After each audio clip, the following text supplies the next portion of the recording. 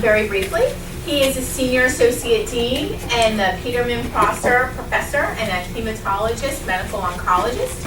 He is responsible for all matters pertaining to students, including counseling, career planning, academic issues, student promotion, and evaluation. He's also involved in the admissions process at Tulane Medical School. In addition to his administrative role, Dr. Kahn teaches clinical and preclinical students and serves as co-director of the hematopathology block. His research interests include benign hematology, medical education, and healthcare finance. And we are really fortunate to have him here to share insight and workshop with us on the topic of writing fantastic multiple choice. Thank you so much for being here. Good afternoon, everybody, and thank you all for coming. Okay, good. All right, thanks. So we're going to keep this interactive today, but I want to ask a question. By the way, I'm going to ask a question. Who feels comfortable writing multiple choice questions? Good, I'm glad that we're here. Okay. A little disclaimer from the beginning. I'm talking about multiple choice questions, and I'm not proposing that this is the only way to assess knowledge or necessarily the best way to assess knowledge, but in my field, in medicine, it's what we do. And the reason we use multiple choice questions is because we find them valid in assessing at least one competency domain.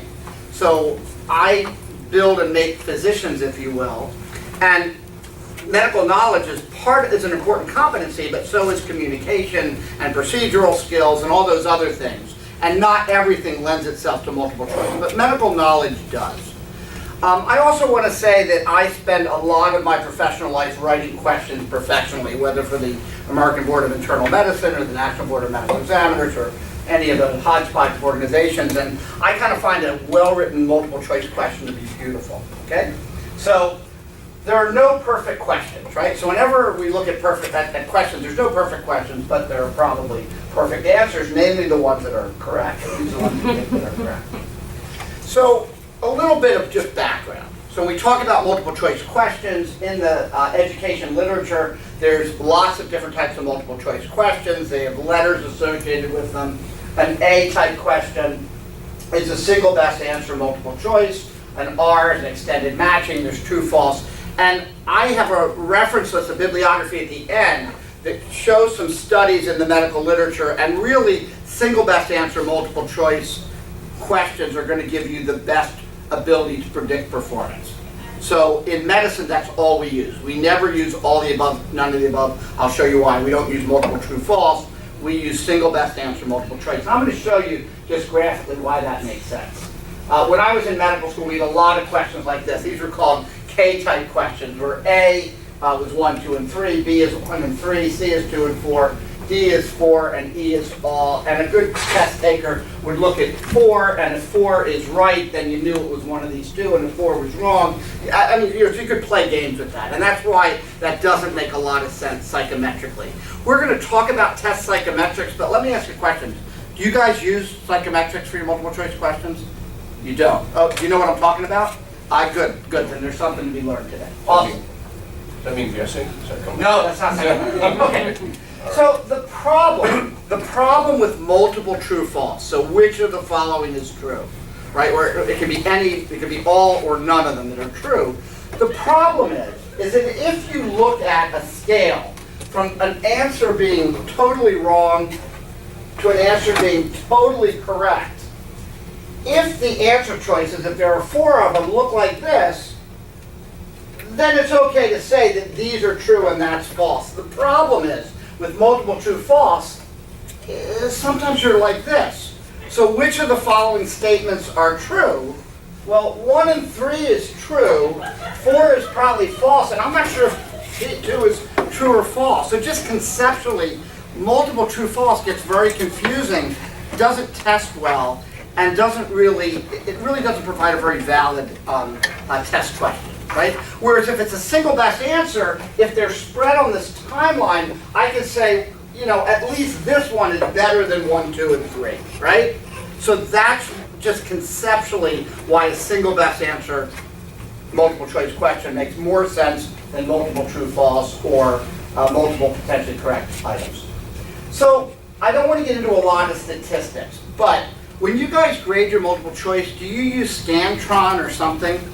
So those provide test psychometrics, and psychometrics tell you how good is my test, and they also tell me how good are my items.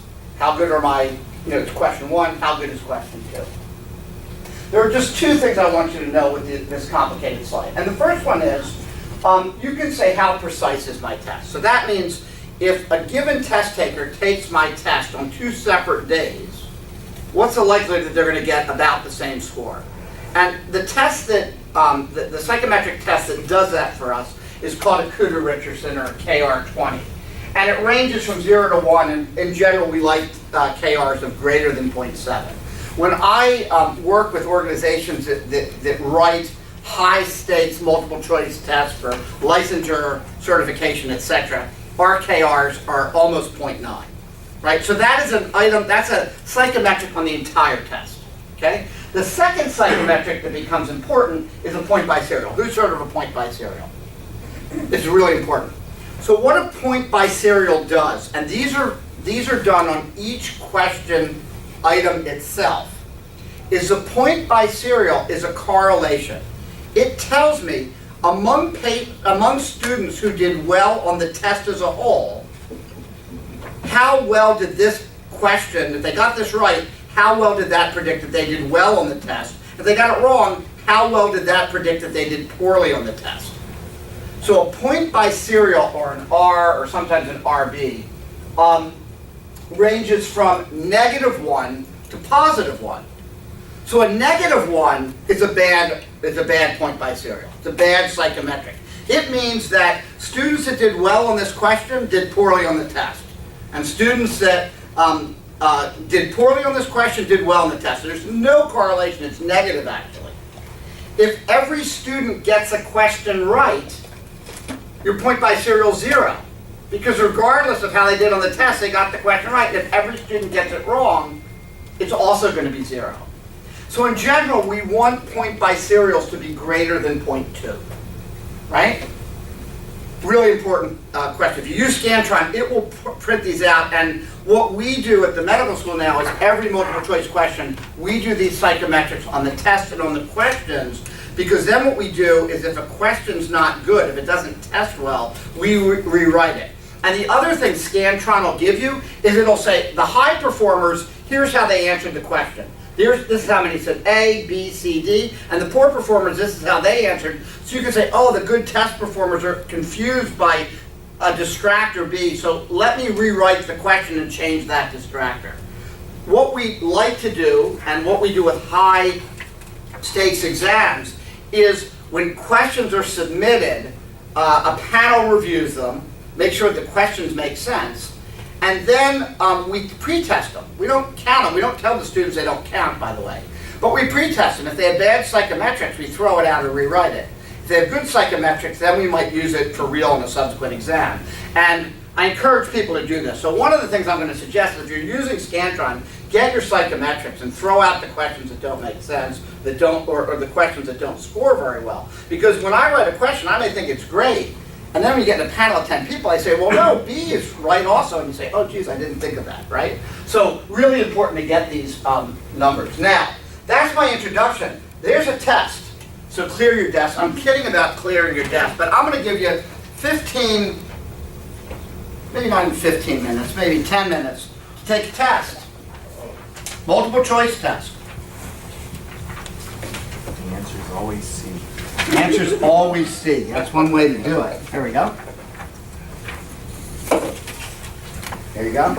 You guys can start early. Not going to make you all start at the same time. Yeah? And here you go. Everyone get one? All right. Hopefully you all read the assignment. Let me give you 4 or 5 minutes to do that. Can we use a dictionary? Okay, never mind. Wouldn't be in there.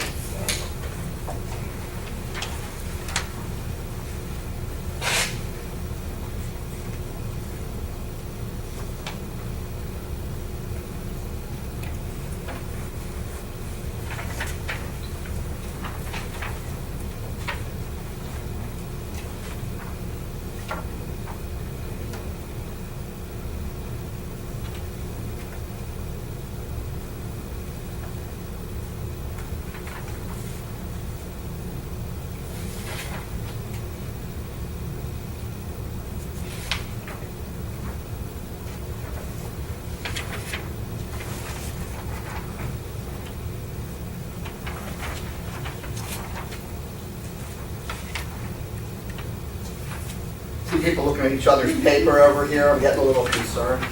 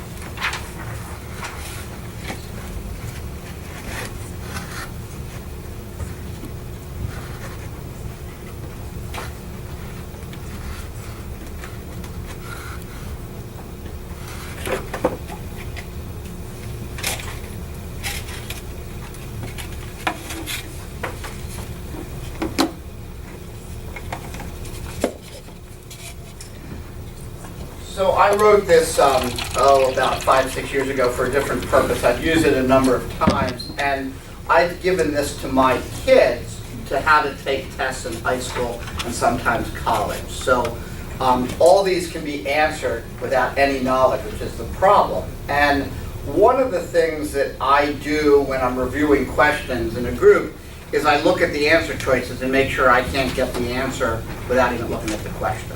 That's really important. A couple of years ago, after Katrina, I saw a microbiology test for our second-year students, and I remember some, but not a lot of microbiology, and I took the test and got an 86, and they said, yeah, but that's because you're a practicing physician. I said, yeah, but I don't remember the details of microbiology, but more importantly, I didn't even look at your questions. Right? I just looked at your answers and got an 86. So they said, well, our students can't do that. I said, right, but no one should be able to do that, right? So this is an example of those sorts of questions. So let's go around the room. I think everyone's done. Yeah. So what's the answer to number one? Call something out. So the answer is A, and why is it A? Okay, I'm gonna guess that because B, C, D, and E all begin with vowels. Exactly. So when you write the question, you don't, the person writing the question didn't think, and it would be Anna, right? So just something really simple, right? But yes, the answer to that question is A, right? And we haven't learned anything, but learned maybe how to take a test. Number two, let's all work together. What's the answer for number two? B. The answer is in fact B. Why? Because you repeated the word in the question. Yes, you repeat the word for a question. So I asked Tony to ask the faculty to send me some multiple choice questions, and I don't want to be insulting or demeaning. There's, we can always improve questions, but at the end of the talk I have some of these, and I want to show you guys, and I want the group to comment. We're going to work together, see how to make questions better, but also to figure out what the answer is, even though we may not be content experts or even know what we're necessarily talking about. But yes, the answer, when you repeat something like that, it's almost always right. So the answer is, yeah, in fact, B. How about, 3 is one of my favorites. I have an example or two of that at the end of the talk that were from submitted questions. So what's the answer to 3? It is C. And why is it C? Proper uniform spacing. Yeah, so what happens is when you write exam questions, and I'm going to talk about the anatomy of an exam question, but there's the answer choices and the distractors and the right answer. So when you write distractors, what this test writer has done is made distractors that all have 1.2, right? And then the other distractor, 11, isn't 1.2, but is the same order of magnitude as the right answer. So a good test taker knows that the answer has to have a 1.1 and a 2 in it, and it has to be in the same order of magnitude as an 11, so the answer is 12. And somebody submitted a question like that that we're going to look at the end, but I don't know anything, but I know what the right answer is, right? So be careful. How about 4? What's the answer?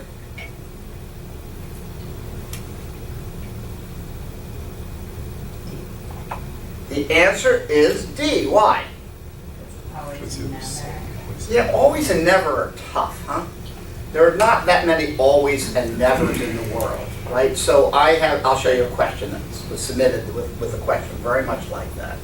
How about 5? What's the right answer? These happen all the time. I taught my kids this. So the answer is D. The answer is B. Why? Because those names are repeated in multiple. It says all becomes congruent to that being the answer. So Jones is probably right, Smith is probably right, and then Camp is the other commonality. So that's the right answer. So when you're writing questions where there are 2 or 3 choices, the way to write that question is actually to include every permutation. So if it's A goes up and B goes down, you'd have 4 if it's A or B going up or down, you have 4 possibilities. They both go up, they both go down, A goes up, B goes down, or B goes down, A goes up. And that's how you write those questions, so there's no congruence towards the right answer, right? So if you have here, you're going to have 3 choices, so you're going to have like 27 possibilities, I think, if I did the math correctly. So that probably wouldn't be a great question for that reason either, but if you don't include all the options, a good test taker can almost always figure out what the right answer is just from congruence. Can I ask a quick question about that? Yeah. So wouldn't another solution have the distractors include none of the same? You can do that too, but You wouldn't want 27. no, you wouldn't. You probably would only want two names. Is probably what you would do, and maybe alternate those. But we'll talk about strategies at the end. Okay. But you're right. How about 6? What's the right answer?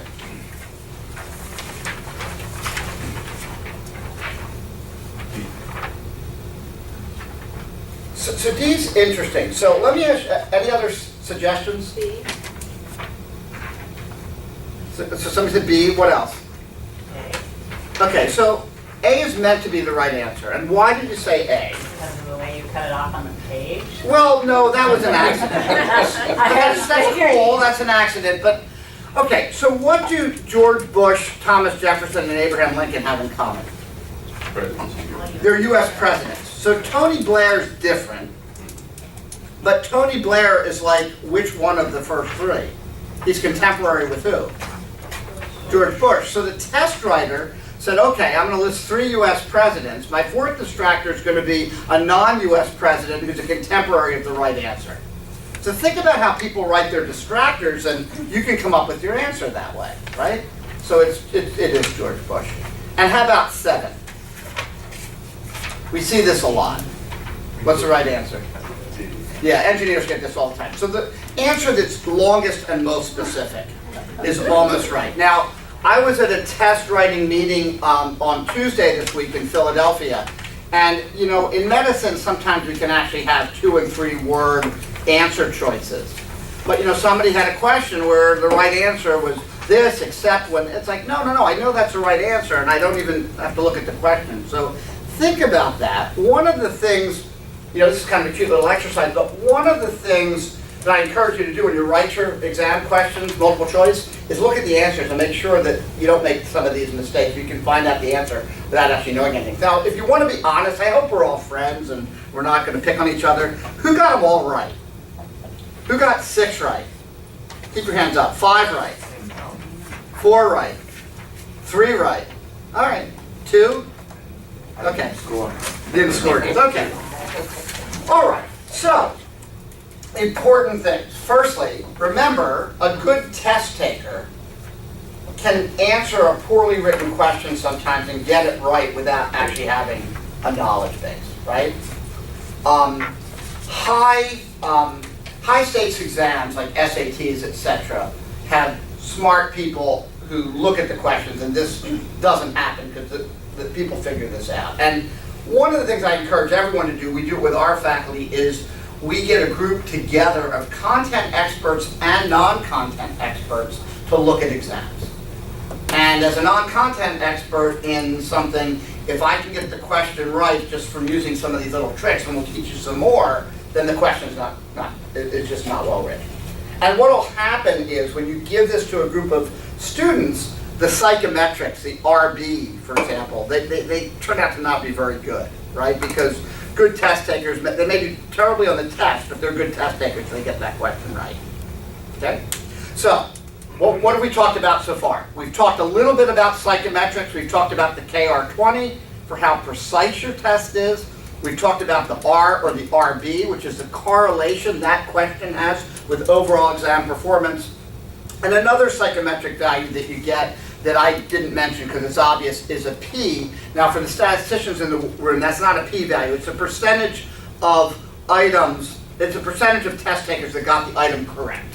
Okay? So P of 0.6 means 60% of the people who took the test got it right. So when you're writing a test, you're going to have the best discrimination between good and poor performers if half get it right and half get it wrong, right? But none of us want an average of 50 on our exams. And high performers, especially physicians and medical students, want to get more than half the questions right. So we usually aim for a P of about 0.7, recognizing that it's going to decrease our values a little bit, but it's about the right percentage of folks to get it right. If no one gets it right, it's a problem, or it's too hard, or it's not well written, but about 0.7. 0.5, again, is fine, it's just that it's a harder question. Okay? And 0.5 will always give you the best type psychometrics. A couple of multiple choice question rules. I have rules for my faculty. I think rules are important. First, we want to assess application of knowledge and not a factoid. I'm going to show you an example of a factoid. A factoid is I teach everybody that all glibs are glab. Who knows what that means? And then I ask a question, what's a glib? And they all say glab, and that's a factoid. What we want people to do is we want them to read the question and actually from that glean what, and from that actually test something that's important. Now in medicine, perhaps it's a little bit easier because all of our questions on high-stake exams have a clinical stem. So they all refer to a patient or a laboratory experiment, okay? So what I'm going to do is I'm going to devise a question where I'm describing, let's say, influenza A in a patient description. And then I'm going to ask a question. I can say, what's the diagnosis? But I'm probably not. I'm probably going to say, with what should this patient be treated? And I might list Tamiflu, which is also Temavir, and I might list a couple other antibiotics, and I might list 2 antivirals and 2 antibacterial drugs. So it's kind of a 2-step question, and I'm not testing a factoid. The student needs to read the stem, say, aha, this person has flu, but that's not what I'm asking. I'm asking what should he be treated with, right? It's kind of a 2-step process, right? The other thing that does when you write these types of questions is that when somebody reads the lead-in, the question, if the test is well written, a good test taker with high knowledge ought to know the answer before even looking at the answer choices. Really important, right? So if I design that flu question, how should this person be treated? And I'm a smart medical student, say, oh, it's flu, he needs to be put on Tamiflu, or Tamiflu. And I just look and see where it is and I pick it, right? So we're going to show you this in a little bit, but that's why questions like which of the following is true is a bad question, because it's true that Trump's the president, and it's true that today's Thursday, and it's true that Mardi Gras in a few weeks, but I don't know that those are going to be an answer choice or not, right? So those are generally multiple true false. They don't test well, and they're not very good questions. Okay. Stems should be clear, so the question that you write needs to be clear. All distractors should be homogeneous, and I'll show you some examples. And we want to avoid some technical flaws like I showed you in these 7 questions. So every one of these has a technical flaw. This is gibberish. I made up the words, and there are actually, a good test taker can actually take that test and get it right with really no knowledge other than how to take a test. So the anatomy of a multiple choice question. We have the stem. That's the stuff that goes in the front. For me, In my world, I write a description of a clinical scenario. I write a description of a laboratory study. It's that kind of thing. For anthropology, a little bit harder, I think. I'm not in your world, but I think a little bit more challenging, but I can imagine ways to do that. There's the lead-in, that's your question, and then there are distractors and the correct answer. That's the anatomy. I put 5 items here. In general, we do 4 or 5. You got to be careful though, because sometimes when you try to add a 5th answer choice, you actually give the answer away because you do something like I showed you here. So you don't need 5. Sometimes 4 makes it a much better question. And just this past week, we did that with a bunch of our high-yield certification questions. We said, no, this is better if you just eliminate answer choice B. It makes it a better question because B actually gives away the answer. So kind of the anatomy, that's important. A bad stent. So beta blockers are associated with what common side effect? The reason we don't like these is that gets to that factoid type thing, right? And if I'm looking at this, beta blockers are a class of drugs. They have a lot of side effects. You know, you're going to talk about heart rate, or you're talking about depression, or you're talking about erectile dysfunction. There's about 27 things I could think of, so I don't know what the answer is just from reading that. Now, I'm going to tell you in some of the fields that you guys are in, it may be hard to really make a longer stem. For me in medicine, it's a little bit easier because I can always say a 27-year-old who's had 1 child 2 years ago comes in with a sore throat, and I can do that. And that may be harder, I realize, in other fields, but in general, we want our stems to be a little bit more descriptive than that. So for me, in my world, a better stem would be a 67-year-old woman complains of 1 month duration of severe shortness of breath, associated with dry cough or symptoms or worse with exercise. She's been diagnosed with glaucoma that's being treated with, I give the drugs. She's taking something else. Which of her medications is most likely responsible for her symptoms? So see, now I'm not saying what's the most common side effect of beta blockers. There is a beta blocker there, but now the student has to read that, has to interpret the stem, and then there's a lead-in, and we can give an answer. So I can do that in my world. Some of your worlds is maybe more difficult, but this just tests better and becomes a much better question than this, right? Much better question than this. The other thing you don't want to do, which I see my folks do, is they'll give you all this crap, and then they'll say, which of the following is a likely, or they'll give you all this crap, and then they'll say, Timolol has which of the following side effects. So it's like you don't even need that stem, right? Call that window dressing, right? So you got to be careful with that. You got to make sure that the stem that you're writing isn't there just because it's there. It has to tie in. And if you're just asking which is the side effect of beta blocker, anyway, you want those two to be kind of linked, if that makes some sense. Is it okay to have red herrings in that stem? So red herrings are interesting. The problem with red herrings sometimes is, depending on the length of your test and the reading comprehension of your test taker, sometimes red herrings can really be distracting. And we try to keep a word count of about 130 as a max for our stems, just so that we're not testing. A written test is always a test of reading comprehension, but just so we take that more out of the equation. If that makes sense. Some significant negatives might be important. So that, in my world, the patient does not have might be important. Okay. Other STEM problems, too much information. Again, you don't want 2 paragraphs for your multiple choice question. That's where I get to red herrings. Only if the red herring is somehow relevant. And red herrings I actually put on there. So lead-in problems. So that lead-in is that question part before your answers and distractor choices. So multiple negatives get really confusing. All of the following are not contraindication except the beta blockers. Whoa, how many negatives, right? So we actually, the way that these things will test the best is never have a negative lead-in. Which of the following are not? No. Which of the following are indications for? Which of the following medications are indicated, not which are not indicated. So always write a positive. It just tests better because test takers don't miss a word. And we really don't. These are multiple true false, and I'll show you some of those in the examples that were submitted. But which of the following are true, or all the following below are true except for, that's a multiple true false. That's not really testing a concept. And sometimes the statements are widely disparate.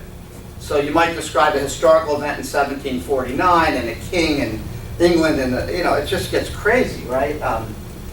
Again, today's Thursday is true, but that probably isn't what you're trying to test.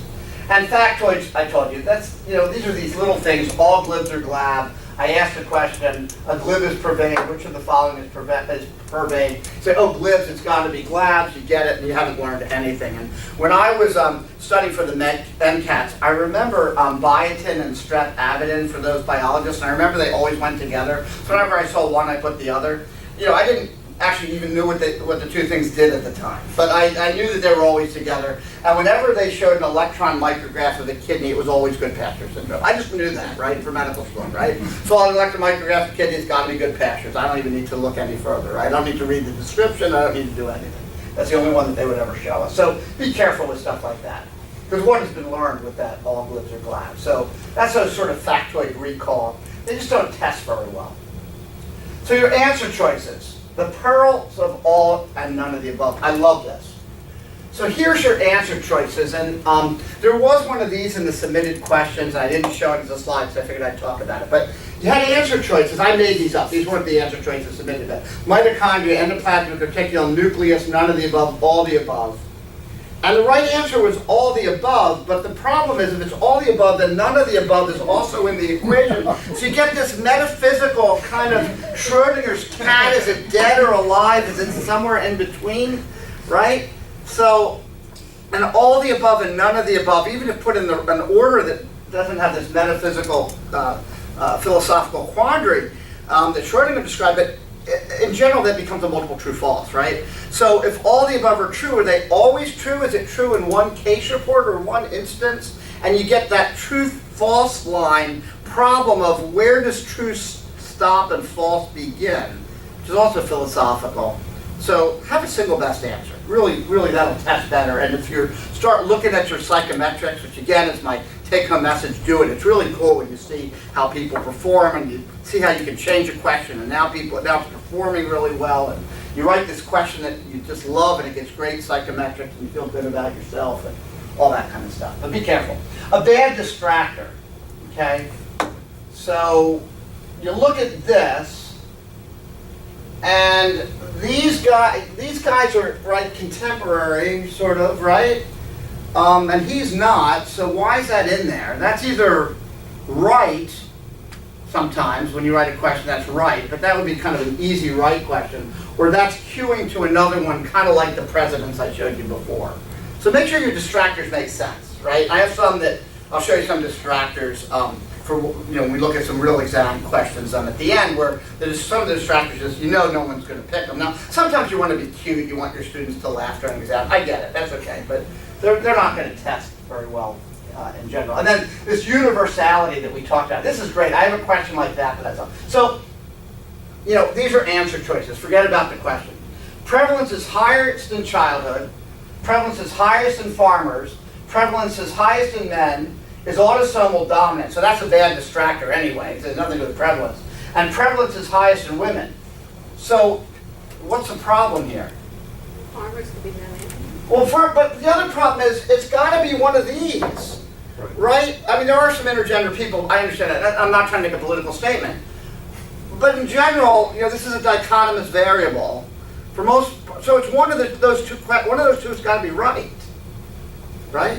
Or the red herrings. Yeah, one of the red herrings. But it could be A, right? If it's highest in childhood across the board, then it's.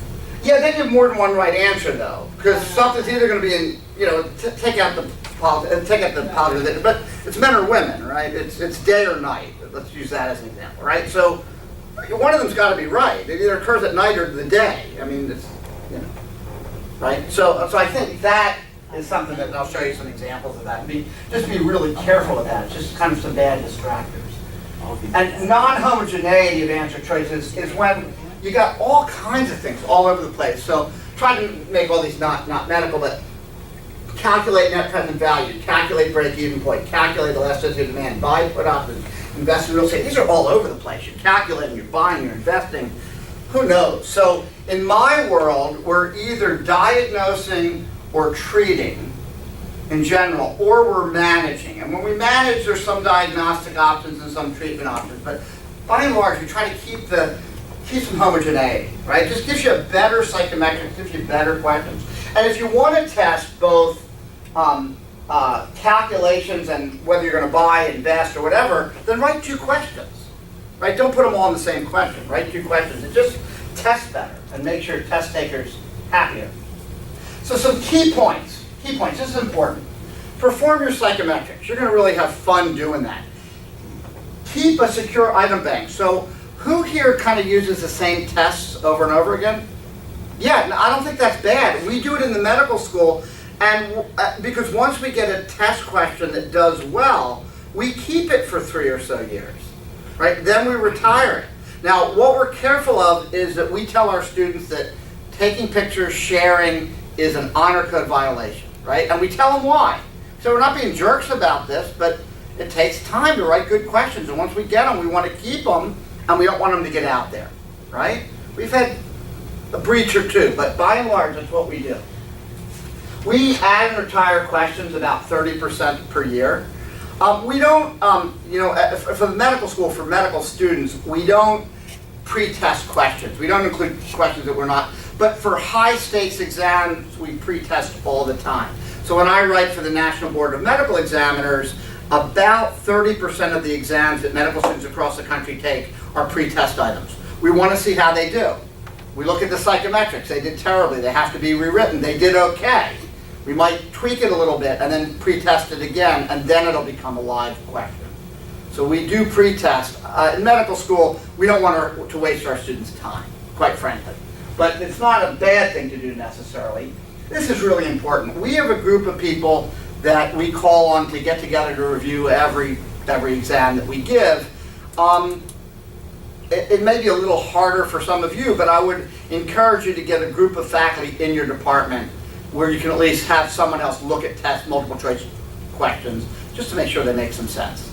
Because I know I've written exam questions that I think, and I say some of these times, I think they're beautiful, and then my colleague says, no, but the answer, you said it's D, that's fine, but it could also be B, and explains why, and I'd say, boy, I never thought of it that way, but you're absolutely right. And that's where that sharing becomes really helpful. One of the rules I have is we all leave our egos at the door when we review each other's questions. This isn't personal, right? But let's be honest, the question's bad, let's say it, let's teach people how to write them better, and keep it non-personal, and I'll tell people to say that's a terrible question, I'll say it's fine, right? Because the goal is to write a test that makes some sense.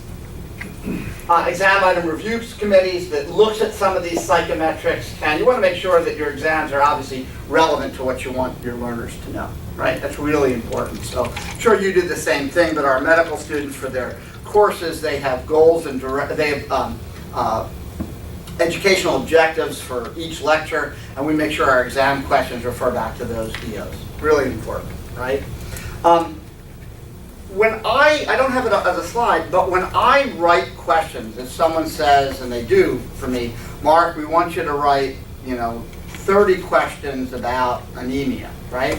So I say, geez, 30 questions about anemia, where do I start? The way I start, and what I find very helpful, is I come up with 30 educational or learning objectives for my question. So understand the differential diagnosis of microcytic anemia, and then I write my question. I find if I have an educational objective for a question, it makes it very easy then to write the question. And if I don't do that first, I'm sometimes all over the place trying to write questions. So, in coursework, I think you look at your learning objectives for your lectures or your course, and then say, okay, I want my students to know that this ancient ape came from this ape. And then you can write that question, right? But I find that if you state that right up front, it makes writing that question a little bit easier, right? But then share it with your friends and make sure it works. So I have at the end some examples, and thank you for those of you who submitted them. Some of you may not be here who submitted questions. And before we actually look at some live questions that were submitted, can we have an agreement that we're not going to take anything personally? Is that okay? All right, because I think by the nature of some of the questions, you might be able to figure out who wrote them. But there are no perfect questions. We're here to make everyone's questions better, right? And let's just put our egos at the door and just look and we'll talk about how to make things better. Tony? Before we go to that though, can I ask a question about Go. holding on to your question? So I pass back my midterms, which means every semester I have to write new midterms, but I do that. Are yours multiple choice, Tony, or yours essay? Multiple choice. Okay, all right. But I do that because I feel like there's real learning that goes on, being able to see what their So- question is, Yeah. see what they got wrong, learn from that. So let me tell you I what we do. So what we do is after the exam, we post the answer key for 40 minutes. We have a big sign, do not take pictures or take notes. This is for your learning, and that's what we do. And do they know which ones they got wrong? Well, they know what the right answers are, so they Okay. kind of know, yeah, Okay. that's what we do. Okay. And we tell them you're on the honor, if we find out we're gonna put you to the honor board, you can be dismissed from school for this. I mean, we make, and we tell them why, it's not that we're being jerks, we tell them all the time, and usually that works pretty well, but that's what we do. Because I do agree, if you take a test, you don't know what you got wrong, you haven't learned anything. Right. Right. But because we try to spend time writing good questions that test well, once we write those, we want to keep those. Does that make sense? Yeah. And then the other thing you can do is when you retire your 30% a year, give them those to study from. Say, here's some practice questions. These are from old tests. We're not using this question anymore. But, learn that way as well. And that can be very helpful. Because at the end of the day, we don't want to flunk at it. We want them to learn, right? And that's really what we want to do. I have a question too. Yeah. So, about performing the psychometrics. So for those who don't use Scantron, it automatically generates. Yeah, you wouldn't be able to do that. Okay, so it's not. All right. But is Scantron available, or there's other systems that do Yeah, that? this one in the library, and it'll do all that stuff. So, go ahead. So usually my test will just have like 3 or 4 multiple choice Okay. scattered within it, so it's not. It's harder then, because you're writing some multiple choice, some non-multiple choice questions, yeah.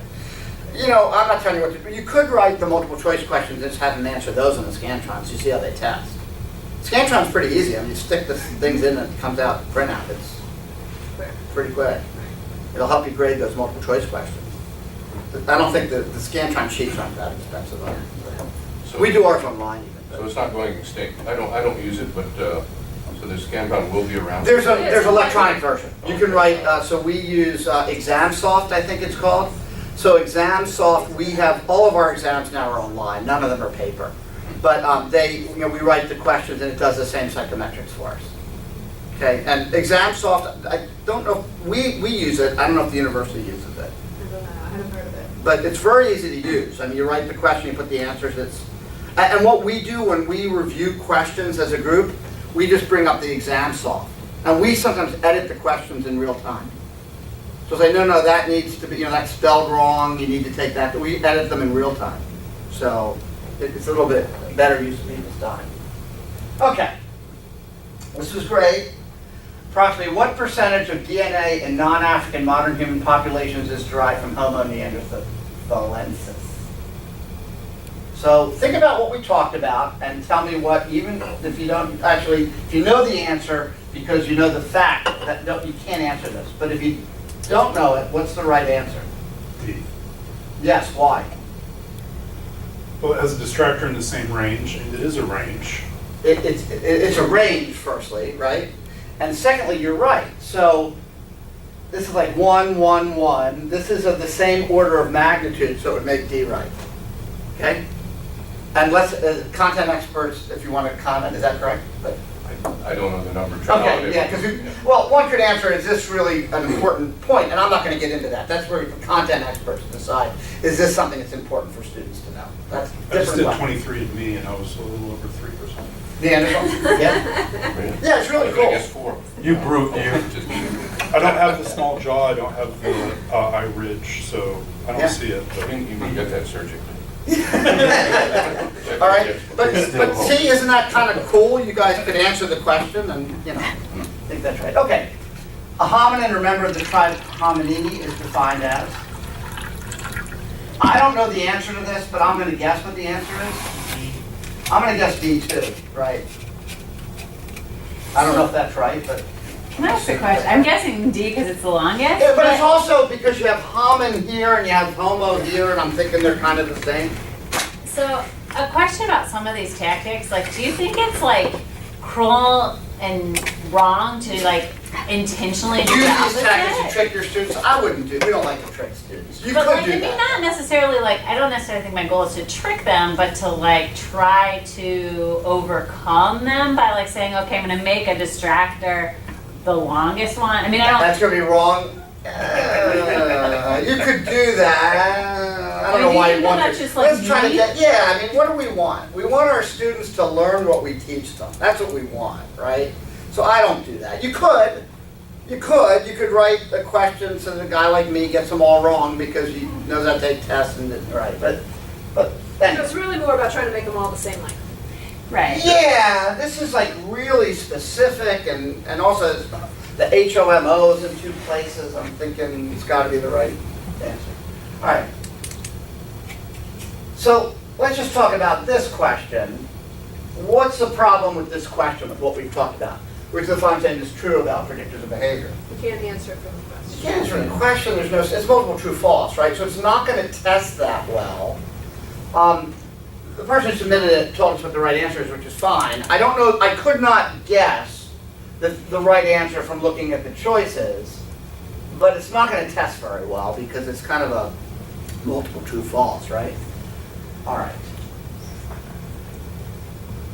So which of the following is not true about Marx and Marxism? So what's the problem there? It's a negative. It would be much better which of the following is true. Now, sometimes you can't get around that not, but if you can,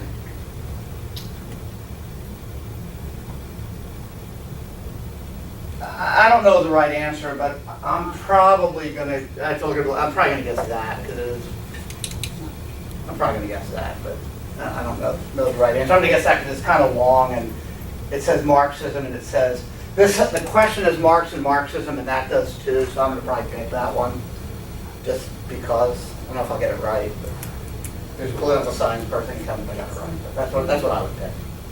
I hadn't studied. What does Ernst Bob describe as an aggregate of local population of a species and having a geographical subdivision of the range of species and differing taxonomically from other populations of the same species? So, Feels like the stem is really could be written a little bit. Like Yeah. a statement and then a question maybe. Right. Exactly. That would make it, so make your stem a little bit, talking about, make it practical. Talk about a species of birds, right? So Joe's songbird inhabits northeastern Cornwall, and do it that way, right? And then say, Ernst Mayr would describe this as what, or something like that, right? I'm just making a better question, right? I don't know. There's species. I'm going to probably say subspecies for this, but I'm just guessing because it says part of the species. But so think about that, right? Make it a practical, or describe an experiment or something, right? Make it more of a thought question and less of a kind of factoid. This is a great one. So I showed you one like this.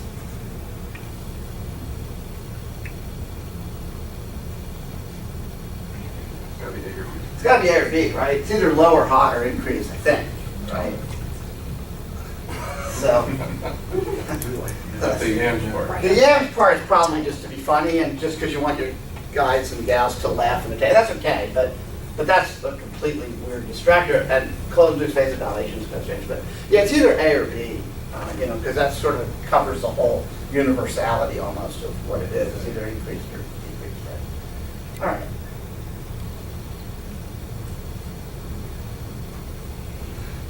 So I don't have to know anything about the Telecommunications Act. I just know it's present in 1996, right? And all of us in this room are old enough that we know. Now our students are not, but they can probably guess. I don't know anything about the Telecommunications Act, but I know Bill Clinton was president then, so that's probably right. Okay.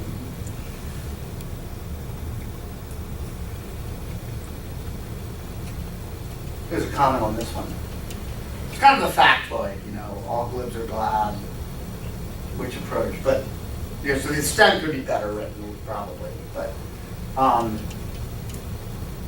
what do you guys think? It's cultural. Yeah, I'm not a communications person, but it's gotta be cultural studies, I think, right?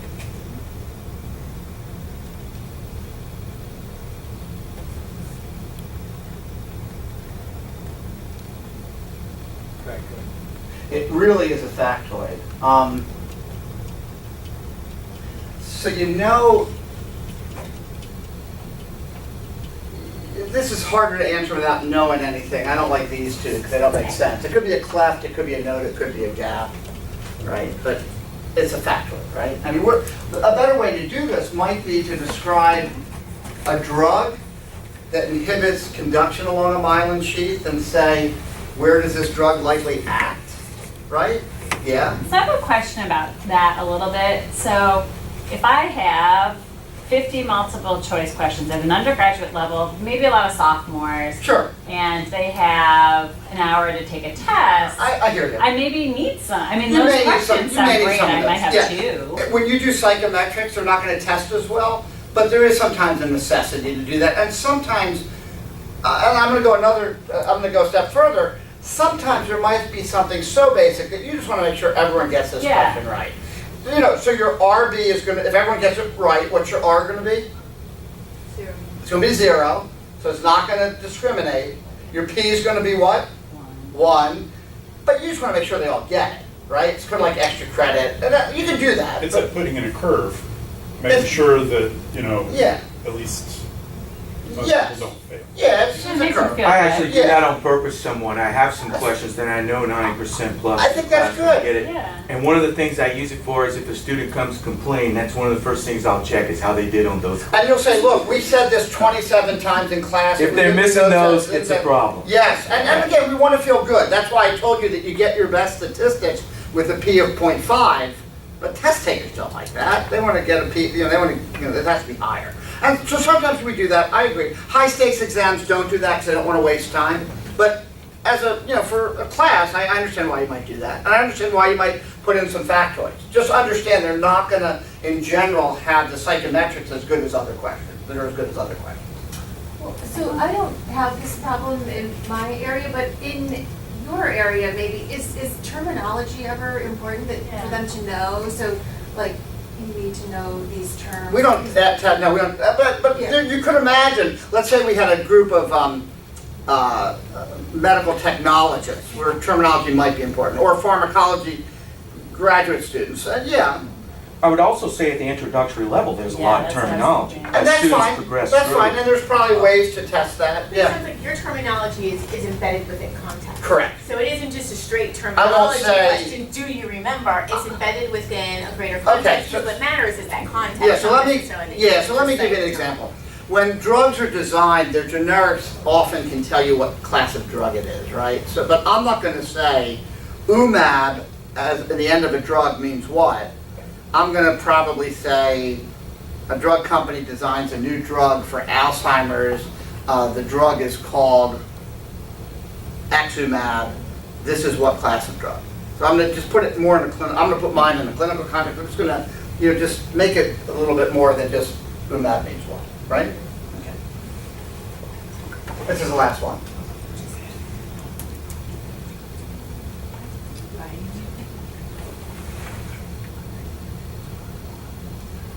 So this actually isn't that bad a question. It has to do with, I remember my economics, I have an MBA, so I know what the right answer is. The thing that worries me a little bit about this is the answer choices are just really long. I would draw out a supply-demand curve and see where it was and do it that way. That's probably what you want your students to do. But I might actually draw a supply-demand graph and then draw some options of where this would be and say, if the price of French fries increases, well, that's described by which curve. So make sure people understand the curves. I might do it that way. And in my line of work, I can sometimes put pictures. So I can put a picture of an x-ray or a pathologic slide with an arrow, right? And I don't say, what is this? But I might say, a person has a problem at A, what won't they be able to do? That sort of thing's in the brain. So. Yeah. One thing I find, because I struggle with questions that have kind of long answers sometimes, and one thing that I feel really bad about is when I feel like a student maybe has a learning disability, and Yeah. then they're like, they know the answer, but they're reading the question and they've like forgotten, and then they can't actually tell the difference. They're like, wait, which is the right one? Right. And then they're really slow. And so I've tried to find ways to even like maybe take a question like this and have like 2 blanks in the question, but I don't know if that's better or not. I just feel bad for the Yeah, students and that's that why are I said I stuck on like. I might draw the graph, you know, and then give some possibilities, you know, A, curve B, you know, curve C. Right. I might do that. But what and say about, which like- So describes one of this the things that phenomenon. I'll do, like, because this obviously is one of my questions, is that I'll tell the students, like you were saying, Yeah. figure out the right answer before you Before you look, read the yeah. options. And once you do that, then you don't actually have to read all, right? If you Right. sit there and Yeah. you read that whole thing, your brain is gonna fry. But I think, you know, if you draw the graph with some options and say, what, you know, this is described by which, you know, moving from point X to A or moving to, you know, I think that's just graphically, that way that reading comprehension is almost taken out of the equation. Do you understand the Yeah, concept, yeah. right? What about though if you had, so this is what I've done, and I don't know if this is better. Like I would have it says, the most consistent explanation for this observation is a blank in demand for French fry, like, and like a 2-part with blanks, so they're only filling You it can in. do that, just make that sure help, or is that, that- yeah, but is just that- make sure that if you do that, again, that you cover the whole universe of possibilities, right? So increase, increase, increase, decrease, Right, decrease, right. decrease, that's fine, I like that. I like that, yeah. And here's a bibliography, I made my, turning as my slides, these are from the medical literature and some even from the nursing literature that talk about some of the things I talked about why single best answer multiple choice is probably better than multiple true false. It talks about how to write, it talks about distractors. There's even in medical education, should open-ended questions retain a place and how valid are those? So again, I was asked to talk about multiple choice questions, and in some of your specialties and fields, you know, essays are going to be a better way to test, I get it. But I'm just talking about multiple choice. And then I thank you for your time and attention, but are there any other questions or any other discussion points?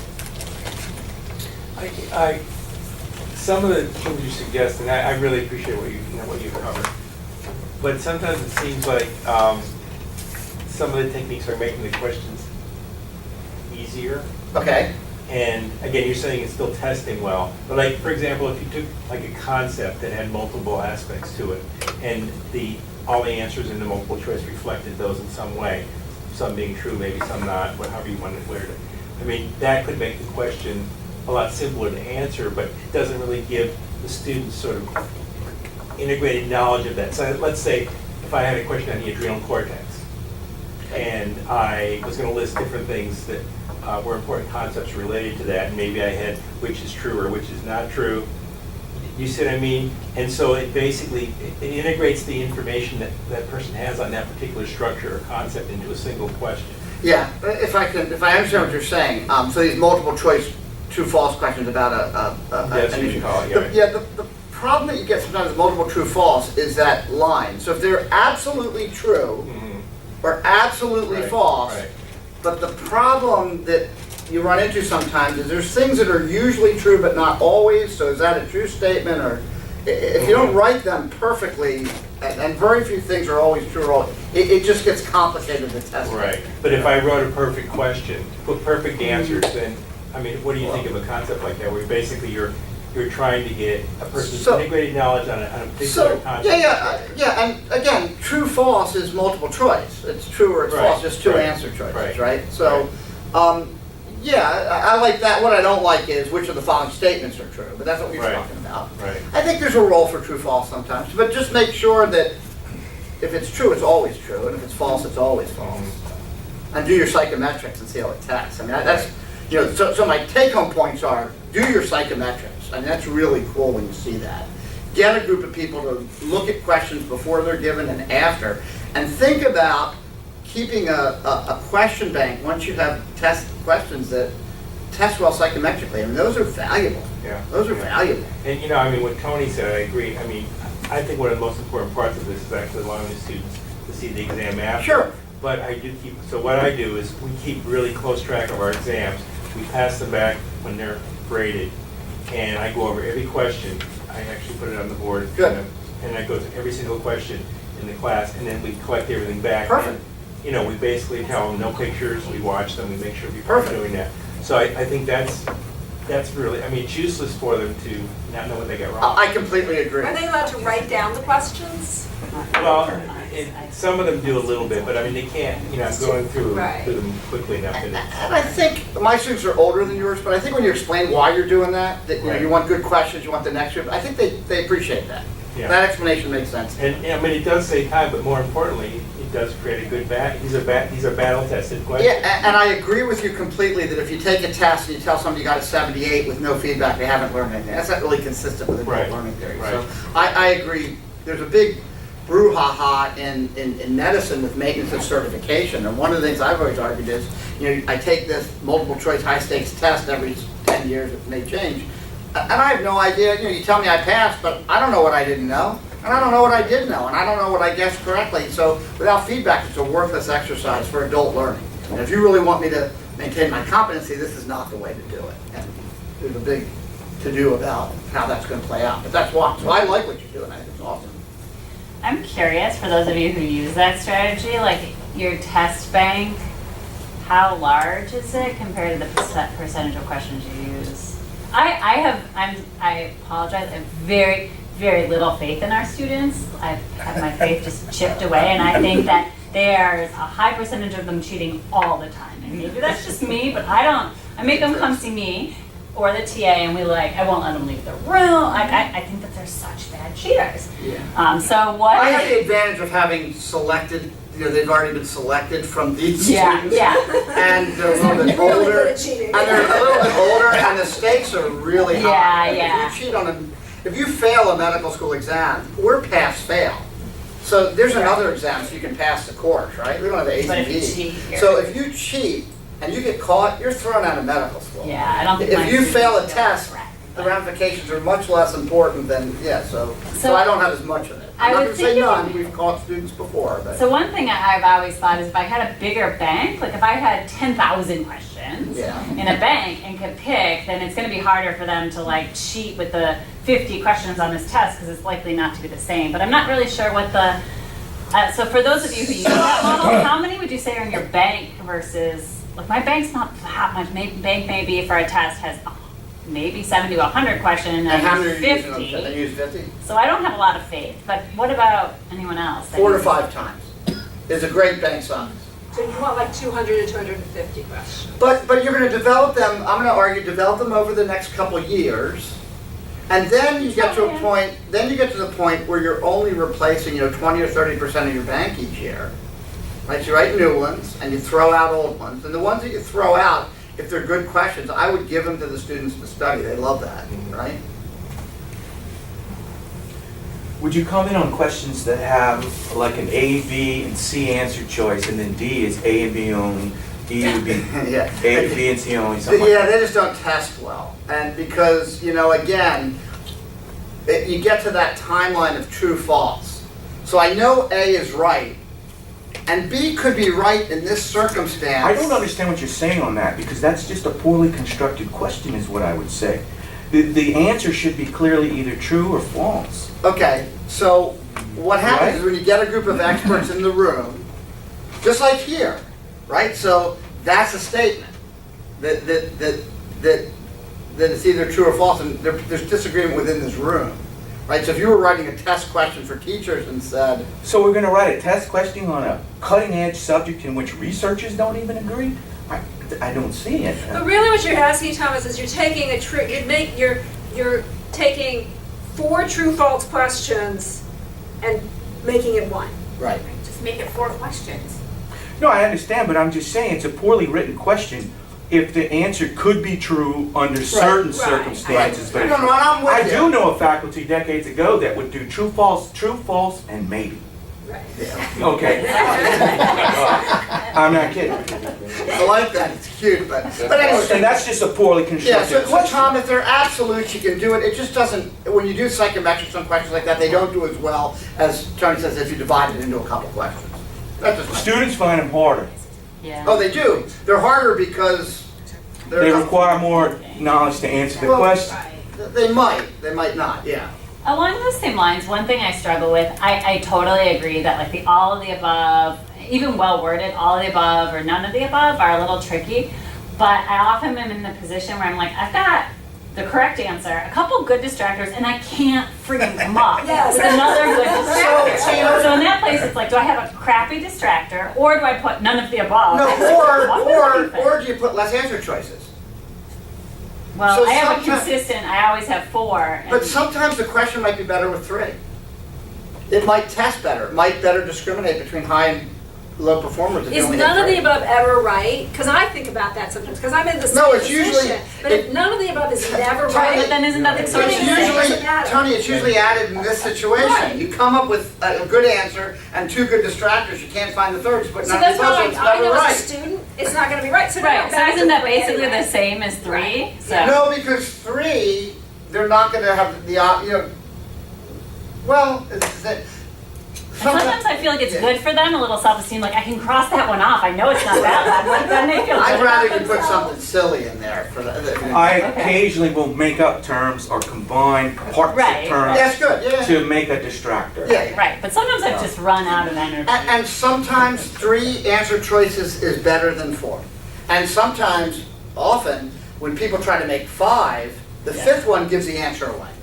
Because it's that George Bush as a distractor, so I know it's a US president. It's that kind of thing, right? Yeah, no, I know. Yeah. One of the things that I've done, before I started teaching 200 students, well, in each class of 450 students, was I would have multiple choice, most of it was multiple choice, and then I'd have 3 short answer, which was why, explain your answer to multiple choice That's great. question, number, blah, blah, blah. So then it wasn't just like that. I and guess, then right. no, I think Yeah. that's Yeah. good. And again, I think there's a role for that kind of thing. Again, with 200 students, God Can't do bless you, to read that kind of, but, Can't do it. yeah. So. Any other questions? This has been great. Comments, criticisms? I won't let you give questions. Listen, thank you for your time, appreciate it. Thank you.